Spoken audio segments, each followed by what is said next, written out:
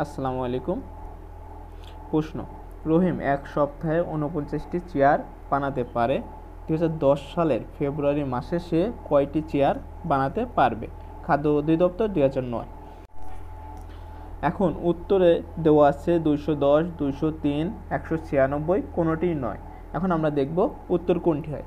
এই ধরনের প্রশ্নে আমাদের যে সালটা দেওয়া থাকবে সেটা লিপিয়ার কিনা সেটা আগে দেখতে হবে। লিপিয়ার আমরা কিভাবে দেখব? যে সালটা দেওয়া আছে সেটাকে 4 দিয়ে ভাগ করতে হবে। 10কে 4 দিয়ে ভাগ করতে হবে।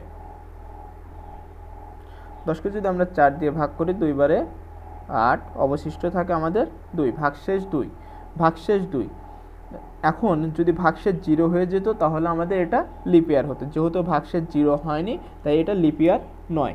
লিপিয়ার হইলে আমাদের একদিন বৃদ্ধি পাবে। ফেব্রুয়ারি মাস 29 দিনে হইতো, কিন্তু যেহেতু লিপিয়ার না সেহেতু ফেব্রুয়ারি মাস 28 দিনে। আর এক সপ্তাহ সমান আমরা কি জানি? এক সপ্তাহ সমান 7 দিন।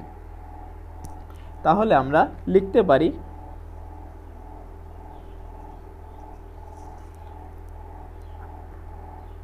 7 দিনে চেয়ার বানায়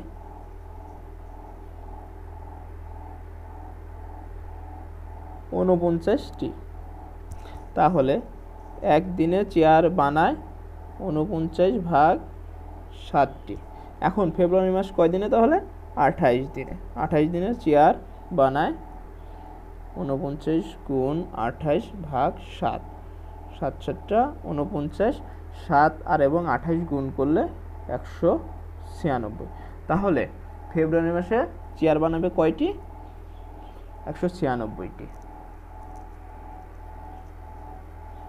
এখন আপনাদের জন্য একটি প্রশ্ন, রহিম এক সপ্তাহে 56টি চেয়ার বানাতে পারে।